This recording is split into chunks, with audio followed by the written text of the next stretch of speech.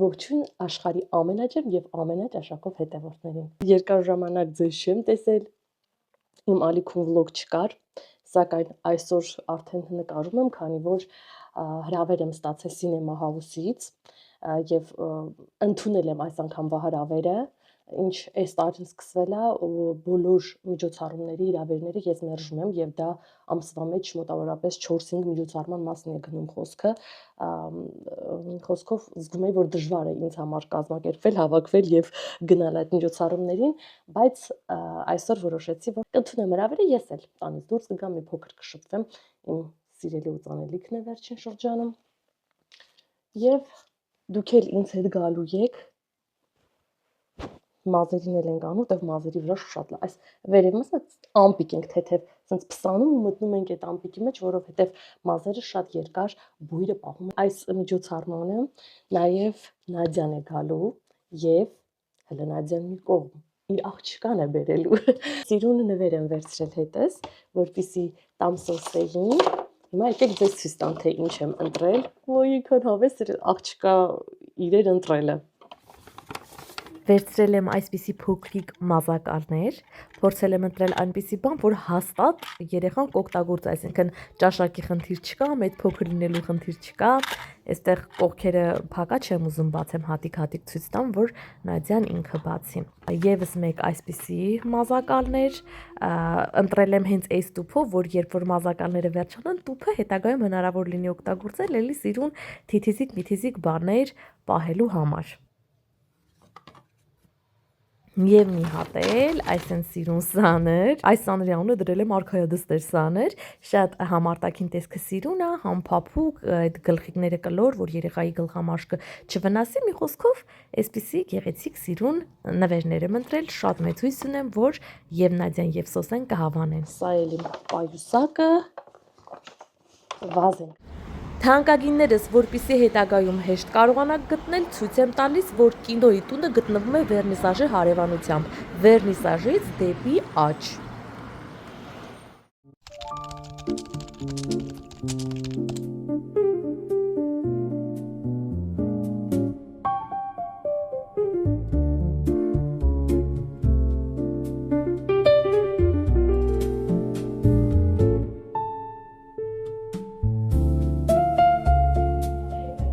Հարգելի հետևորդներ, հիմա սպասում եմ Նադյան բանանկարում, նկարի վերջացնում ու պատասխան տա, թե ինչի Սոսեին չի բերել։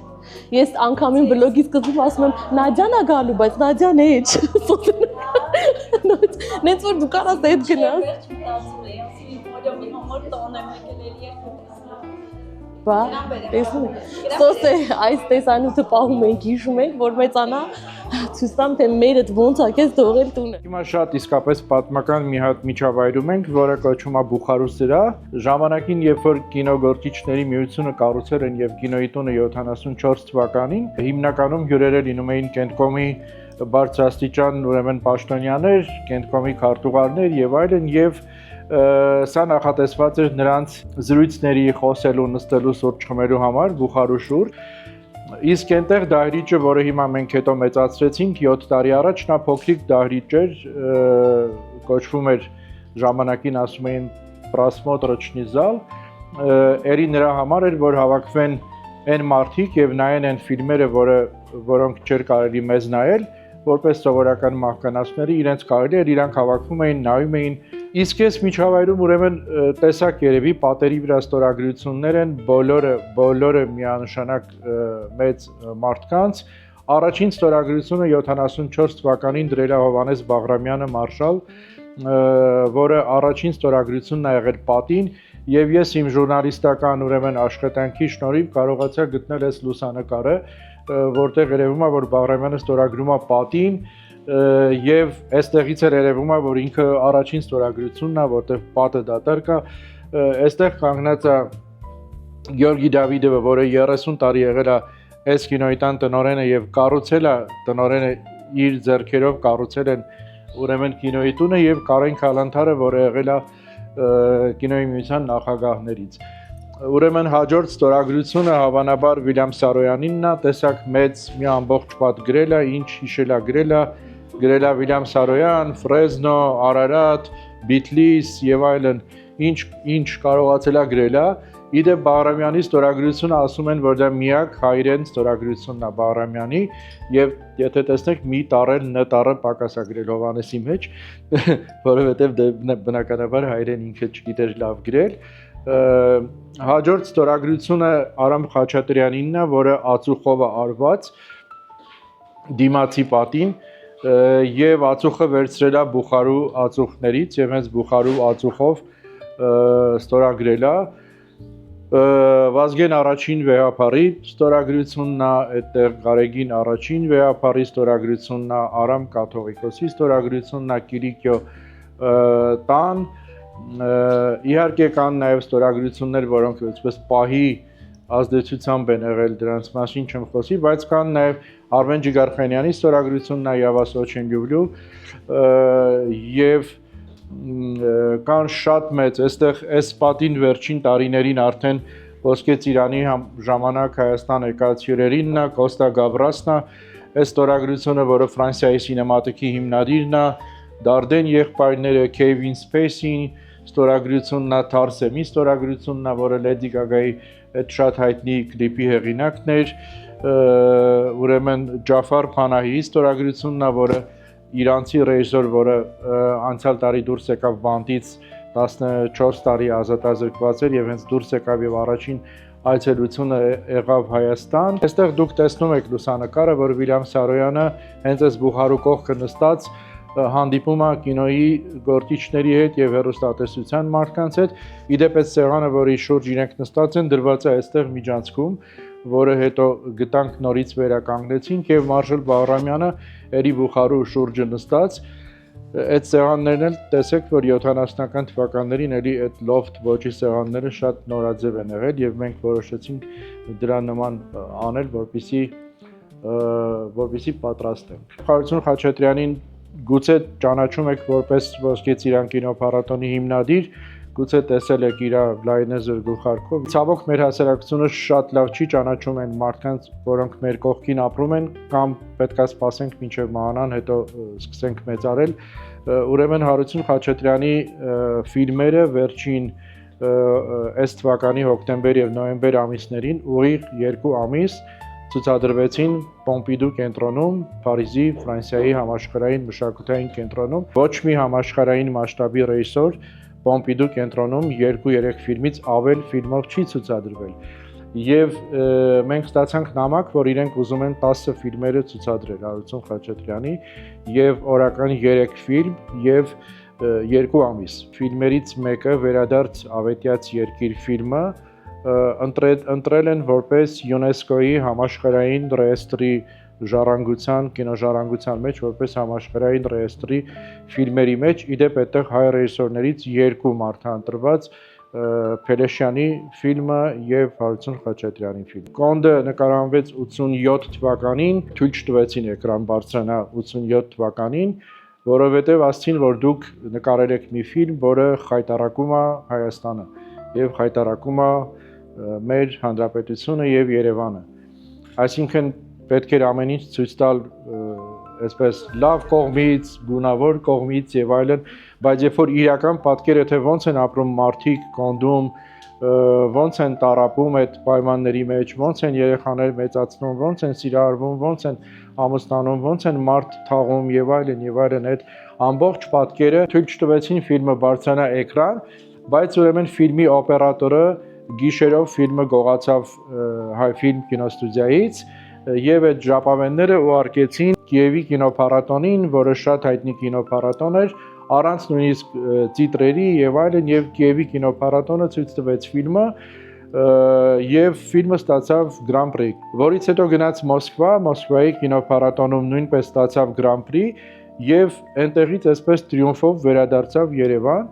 Եվ բոլոր այն մարդիկ, ովքեր արգելել էին այդ ֆիլմը, այդ մարդիկ հիմա էլ շատերը կան, սկսեցին խոսել այդ ֆիլմի մասին եւ գովել, թե ինչքան տաղանդավոր ֆիլմ է։ Այս մեր աշխատանքային տարածքն է, բայց մենք փորձել ենք իրեն նույնպես մտցնել մեր ծրագրերի մեջ, որպես թանգարանային հատվածի մաս, որտեղ միջավայրը ստեղծել ենք։ Այստեղ շատ հետաքրքիր բոլոր ռեժիսորներն են հայկական կինոյի, կադրեր են մենք ենք մեր սարերը ֆիլմից, աշխատանքային պահը Մաթևոսյանը, Հրանտ Մաթևոսյանը, Ֆրոնզը Մարյանը, Սոս Սարգսյանը եւ այլն, Ներսես Հովհաննիսյան։ Այսինքն սեղանն է, որի մասին ասում էի, այո, Վիլյամ Սարոյանի օգտագործած, փորձել ենք պահել այն միջավայրը, ինչ որ նախկինում կար եւ արել էին, նույն պաստառները, պատերի, նույն լամպերը, ոչ մի բան չենք ուզել փոխել։ Այստեղ դերասաններից են ընտրված գրեթե ամեն սերնդից, ոնց որ ամեն սերնդի ամենանշանային, հա, կերպարներն են ընտրված։ Համո Բեկնազարյանը որպես հայկական կինոյի հիմնադիր, տեսեք ինձ սիրուն տղա եղել, ժամանակին ինձ սիրուն Բաքոստով, Գլխարկով եւ այլն, եւ այստեղ սկսում ենք Հենրիկ Մարյանից, Պարաջանով, Երզնկյան եւ այլն, այս մեր աշխատանքային տարածքը, հիմա իջնենք ներքև։ Եվ ուզում էինք ստեղծել մեծ ազգային սինեմատեք, որը նման լինի բոլոր այն սինեմատեկներին հայտնի, որոնք աշխարհում կան։ Մոտ 600 միլիոնի ուրեմն նախագիծեր, որ պետք է անեինք, եւ կառավարությունը նոր էր, այս կառավարությունը նոր էր 18 թվականի սկզբին, իրենք որոշեցին, որ 250 միլիոնը իրենք կտան, մնացածը մենք կհայթայթենք։ Իհարկե վերջին նախարարի հետ շատ արդյունավետ աշխատանք ենք ունեցել եւ շատ էականորեն տարբերվում է բոլոր նախորդներից։ Ես գրել էի որոշման նախագիծը նախարարի հետ, պետքա լիներ վարչապետի սեղանին, մի շաբաթ հետո COVID-ը եղավ։ Այդ մի շաբաթը խանգարեց, որ այդ ծրագիրը հետո պատերազմ եղավ ու տենց ամեն ինչ մոռացվեց։ Այս մեր կոնֆերանսների սրահն է, այստեղ շատ հայտնի ուրեմն միջոցառումներ են եղել եւ հիմա էլ լինում են։ Հավատացեք, որ բոլոր հայկական կինոյի մեծերի հետքը այստեղ կա, ինչին ձեռք տակ, իրանք են ձեռք տվել։ Այս այդ բակն է, որի մասին ասում էի, մեր ձմեռային այգին էր ըստ էության ժամանակին նախատեսված։ Ես որ երիտասարդ էի եւ ժուրնալիստ էի, գալիս էի այստեղ հանդիպելու Ֆրունզին Մկրտչյան, Խորեն Աբրամյանին, այսպես վախենալով մոտենում էինք բան, որ ինտերվյու վերցնենք։ Այստեղ արդեն նոր միջավայրն է, որտեղ մենք այսպես ճանապարհ ունենք, որը գնում է դեպի Մարիան թատրոն, մենք 3 դահլիճ ունենք եւ 5 մուտք։ Մենք հատուկ այս մուտքը բացեցինք եւ կահավորեցինք եւ այս վերելակը դրեցինք, որպեսզի հաշմանդամություն ունեցող մարդիկ կարողանան բարձրանալ եւ դահլիճ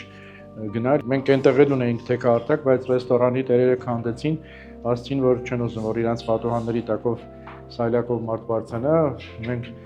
շատ երկար պայքարեցինք, բայց չեղավ։ Տեսնենք հետո ինչ կլինի։ Այստեղ մենք մոդելավորել ենք մի հատ փոքր նկարահանման հրապարակից տեսարան։ Մենք ենք մեր սարերը ֆիլմից, ինչպես է նստում դերասանը եւ ինչպես է նկարահանող խումբը։ Եթե դուք այս կադրը հիմա նայեք, հիշեք եւ գնաք մի հատ նայեք ֆիլմում, կտեսնեք, որ ֆիլմում դերասանը մենակ նստած է ուրեմն սարերում եւ սպասում է ոստիկանին, որ պետքա բարձրանա իր մոտ, բայց իրականում նկարահանումը տեղի է ունենում այսպես եւ այստեղ էլ կարող եք տեսնել նույն մենք ենք մեր սայրը ֆիլմից, երբ որ Մեհերը ցուլը շուռա տալիս, տեսեք քանի մարդ է իր առջև եւ ինձ համար միշտ ամենա բանը եղել է այս մի տեսարանը, էլի կարող եք առաջ գալ տեսնել, այստեղ որ Սոս Սարգսյանը պարկած է այս երոտանու տակ եւ եթե էլի այս տեսարանը տեսնեք, ուրեմն պատկերը Սոս Սարգսյանը մենակ է սարերում, չոփը խոտից փոկած, բերանը դրած եւ ինքը այդպես, բայց նայեք ինչ պայմաններում է ինքը նկարահանվում այդ տեսարանը եւ ինչ պայմանում են նկարում։ Էսքիզները հագուստների եւ հագուստներ, որոնք պատվիրված էին Կոմիտաս ֆիլմի համար, Կոմիտասի պատկերը եւ կերպարը ընդհանրապես խորհրդային ժամանակաշրջանում շատ աղավաղված կերպարը, այդ հոգեկան հիվանդությունը եւ այլն եղերնը, ամեն ինչը, բայց Կոմիտասը իրականում շատ աշխույժ, շատ ակտիվ, շատ կենսուրախ, շատ կենսախինդ մարդ է եւ սցենարում կան այսօրվա լեզվով ասած բաց տեսարաններ, երբ որ Կոմիտասը Գերմանիայում 20-25-26 տարեկան տղա, երբ որ Գերմանիայում գնում է վագոնով, մի կուպեյով, գնում է Գերմանու հետ մի քաղաքից մի ուրիշ քաղաք, կա տեսարան, որտեղ մի գերմանուհի դիմացի շենքում ուրեմն ինքը Մարյանը նկարագրում է, որ բավականին թմբլիկ գերմանուհի դիմացի շենքում լվացք ապրում եւ դիմացի պատուհանից այդպես կրացած կուրծք երևում է եւ Կոմիտասը տեսնում է եւ սիրահետում են միմյանց բան ժամանակին մեծ բողոքներ են եղել էլի այն թեմայով որ վերև ասում էի տարբեր ստեղծագործողներ բողոքել են մինչեւ Կարեն Դեմիրճյանին թե ինչի է Մարյանը նկարում սենց Կոմիտաս այս սենց Կոմիտաս չի կարելի նկարել Ես գիտեմ, որ Կարեն Դեմիրճյանը նույնիսկ ինքն է Մարյանին ասել, որ չեմ ուզում նկարես այն Կոմիտասը, որը կա, ուզում եմ ուրիշ Կոմիտաս նկա, բայց այնքան մեծ է եղել ճնշումը, այնքան մեծ է եղել Մարյանի վրա եւ ի վերջո Մարյանի սիրտը դրան չդիմացավ եւ կարծեմ մի տարի չանցած ինֆարկտ ստացավ հենց այստեղ երկրորդ հարկում եւ շատ վատ զուգարան էր գնացել, զուգարանում մահացավ։ Չդիմացավ, որտեվ ամեն ինչ պատրաստ էր նկարահանումների համար, տեղանքները ընտրված էին, շատ ափսոսա, որ այդ ֆիլմը չի նկարահանվել։ Այստեղ եւս էլի չնկարահանված մի պատմություն է Փարաջանովի Խոստովանանք, սցենարը, որը էլի չնկարահանվեց, բայց սցենարը կա եւ կա Փարաջանովի ձեռագրով ուղումները սցենարի վրա։ Փարաջանովը շատ կոպիտ նամակ ունի գրված հայ ֆիլմի ղեկավարներին, թե ինչի ի վերջո Փարաջանովը Հայաստանում ֆիլմ չի նկարել, եթե այդ չհաշված նռանգույնը։ Այս պատմությունը էլի շատ հետաքրքիր պատմություն է, սա Տիգրան Մանսուրյանի ձեռագիրն է, օրիգինալ «Մենք ենք մեր սարերը» ֆիլմի պարտիտուրը, որը ուրեմն մի օր եկավ Միկին եւ մեզ բերեց մի մեշոկի մեջ պարտիտուրներ, որը գտել էր Հայֆիլմ կինոստուդիայի դիմացի աղբանոցից։ Ուրեմն երբ որ Հայֆիլմը սեփականաշնորհել են 2005-6 թվականներին վաճառել են եւ այդպես ամեն ինչ թափել են նաեւ պարտիտուրները եւ այդ կինը բերեց պարտիտուրներ, ասաց որ շատ հնարավոր է ձեզ պետք լինի։ Մենք հրավիրեցինք երաշտագետի, տվեցինք այդ բոլոր պարտիտուրները իրեն եւ ինքը բազմաթիվ ֆիլմերի պարտիտուրներ ենք գտել, կիսատ, ոչ կիսատ, շարունակվող եւ այլն, բայց այդտեղից գտել ենք նաեւ Մանսուրյանի ամբողջական պարտիտուրը, ձեռագիր, որը ինքը ճուներ, օրիգինալ եւ ինքը եկել է, տեսել է, շատ ուզվել է, իրեն ասել եմ, որ այս օրիգինալը վերջը տալու եմ ձեզ, կամ եթե դուք համաձայն եք կմնա թանգարանում, բայց իրան տվել ենք մի օրինակ, պատճենը այդպես։ Այստեղ այս գնացքները բավական հետաքրքիր կարող է թվալ ձեզ, պատրաստել են Յուրի Երզնկյանի ֆիլմերից մեկի համար, որը մի կադր է ընդամենը եւ Սանկտ Պետերբուրգում կամրջի վրայով անցնում է 3 վագոնանոց գնացք։ Մի հատ այսպես կադր է, 3 վագոն անցնում է գնացք, որպեսզի նրանք չգնան Սանկտ Պետերբուրգ, եթե հսկայական ծախսերը չանեն եւ այլն, կինոնկարիչները պատրաստում են ճիշտ այսպիսի գնացք, որը ոչ մի բանով ուրեմն չի տարբերվում, եթե գնաք այսօր էլ այս վագոններից մեր կայարանում ցավոք սրտի կա, գնաք կտեսնեք, որ ոչ մի բան չի տարբերվում, նույնությամբ պատրաստել են եւ այդ պատկերը ստանում են ընդամենը շարժման միջոցով։ Այս դաշնամուրը Համաբեկնազարյանը ապրել է Պոնչիկանոցի շենքում 4 սենյականոց բնակարանում եւ դաշնամուրը եղել է իր տանը։ Երբ որ Համաբեկնազարյանը ստիպված եղավ փախնել Հայաստանից ուղակի, որովհետեւ ինքը նկարահանել էր լինելով հայ ֆիլմի հիմնադիրը, լինելով ուրեմն վրացական կինոյի հիմնադիրը, լինելով ադրբեջանական կինոյի հիմնադիրը, մեծ հաշվով լինելով նաև կենտրոնական Ասիայի կինոյի հիմնադիրը, որտեղ վտարեցին գնաց կենտրոնական Ասիա, Համաբեկնազարյանը նկարել է աշխարհում առաջին ֆիլմը քրդերի մասին, նկարել է առաջին ֆիլմը աշխարհում պարսիկների մասին եւ այդ բոլորը մեր Հայֆիլմ կինոստուդիայում է նկարահանված, մեծագույն ժառանգություն է, բայց երբ որ ինքը նկարահանում էր երկրորդ Քարավանը ֆիլմը 46 թվականին, դա հայրենադարձության մասին էր եւ Ստալինի որոշմամբ մի 30 թե 40 ֆիլմ ամբողջ սովետական միությունով փակվում է, արգելվում է եւ այդ թվում եւ Քարավանը այն նույն մարդիկ, ովքեր Համաբեկնազարյանի շնորհիվ դարձել էին ինչ-որ մի բան, սկսում են բողոքել, նամակներ գրել Մոսկվա եւ այլն եւ ստիպված ցնցոտիներով ուղակի Համաբեկնազարյանը մի կերպ փախնում է Հայաստանից, ուղարկում են կենտրոնական Ասիա։ Դաշնամուրը մնում է իր տանը, մի 3-4 անգամ այդ տունը վաճառվում է դաշնամուրով տարբեր մարդկանց։ Վերջին գնորդը զանգում է Տիգրան Հեկեկյանին, Հայաստանի փոքրիկ երգիչներ երգչախմբի հիմնադիր, ղեկավար, ասում է, որ այս դաշնամուրը երևի ամենաշատը քեզ է, պետք նվիրում եմ արի տար։ Տիգրանը տանում է դաշնամուրը եւ երբ որ ես մի օր իրեն հրավիրեցի, որ եկավ այստեղ, տեսավ, որ մենք կինոյի թանգարան ենք ստեղծել եւ ոչ մի բանից ստեղծել ենք, ասաց, որ ես ինքը 30 տարի պայել էր իր տանը այս դաշնամուրը, ասաց, ես նվիրում եմ կինոյի թանգարանին։ Եվ Տիգրան Հեկեկյանը նվիրել է մեզ։ Կանգնել ենք էլի նավը պատրաստվել է Արման Մանարյանի Արտիստը ֆիլմի համար։ Այս նավը պետքա ֆիլմում նկարվեր, ինքը խորտակվում է օվկիանոսում եւ այլն, բայց ֆիլմը էլի չեն նկարել, նավը մնացել էր կիսատ այս նավը գտել ենք, երբ որ դուք տեսնում եք, որ նավը կործանվում է, խորտակվում է եւ սիրտը հանգիստ լինի, որ որևէ բան չի լինում, նույնիսկ Տիտանիկի նավը նկարել են բասեյնի մեջ, այնց որ մեծ բան չի։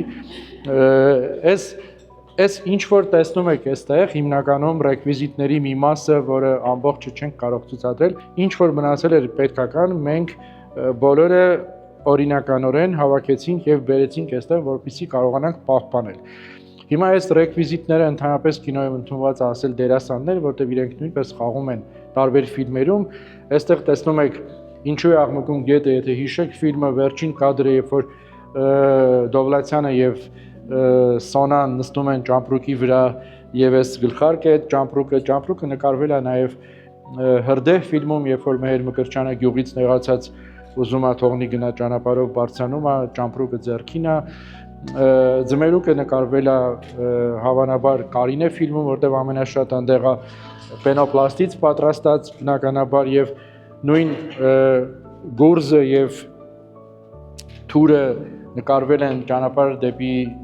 Սասունցի Դավիթ ֆիլմում, որը մանկական լավագույն ֆիլմերից է, ասեմ, որ գուցե ձեզ հետաքրքրի, որ մենք թանգարանը դեռ չենք բացել իրեն որպես թանգարան, որ կարող են ուղղակի տոմսառնել, մտնել, նայել, հավանաբար սեպտեմբերին կբացենք, շատ քիչ բան է մնացել անել, ուզում ենք QR-ները դնել, որպեսզի օտար լեզուներով նույնպես կարողանան, բայց այս տարիների ընթացքում երևի մի 4-ից 5,000 աշակերտ այս թանգարանով անցել է, եկել են դպրոցներ, որտեղ շատ կրթական ծրագրեր ենք անում